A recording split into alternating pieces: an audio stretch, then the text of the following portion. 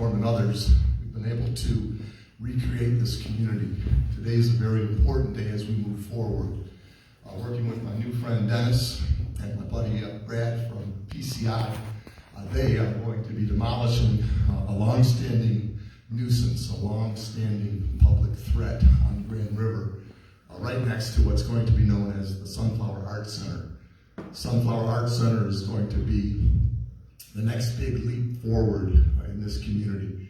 According to Mr. Cummings, he would like it to ultimately be owned by a nonprofit, and he'd like it to be an extension of the Artist Village, where we'll have studio space for artists, community space, and additional space where positive things can happen in this community. So today, the first part of our effort will be to remove the negative energy so we can create something positive. Beyond that, our State Rep Young is going to tell us a little bit about the Senior Center at Southfield. Shortly after the demolition starts here, we'll be mounting up and heading over with her and her team to clean up a safe path for our seniors. With no further ado, State Rep Young.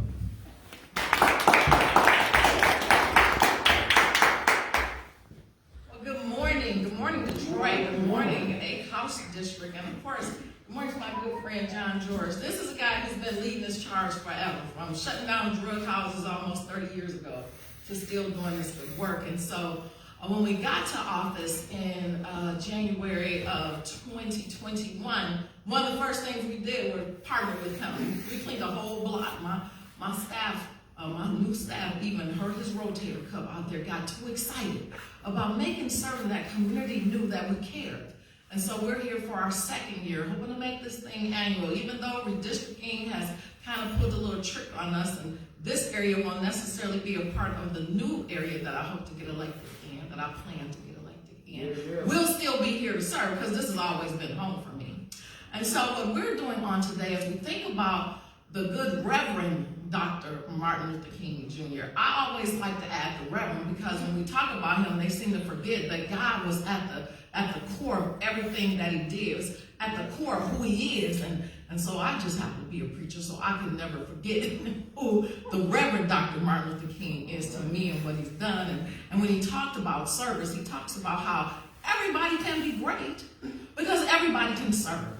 It doesn't take a whole bunch to even make a phone call to make certain somebody knows that they're cared about and thought about. That's service, believe it or not. And when we were out meeting with the seniors and persons with disabilities at the Greenhouse Apartments, one of the things that they share with us is having difficulty getting from their senior building just simply to the corner store, simply to the gas station to pick up a few items that they might need close by.